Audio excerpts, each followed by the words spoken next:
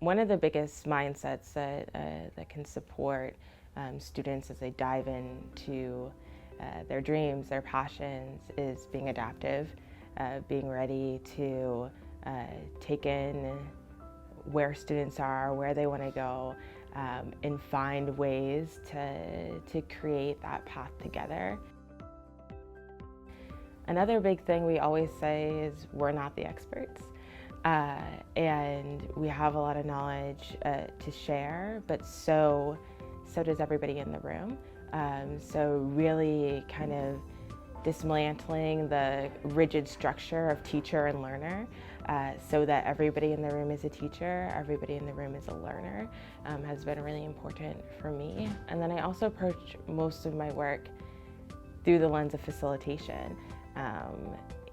So again, that's all about pulling out the genius that already exists and not so much about me as sage on the stage, giving and delivering knowledge.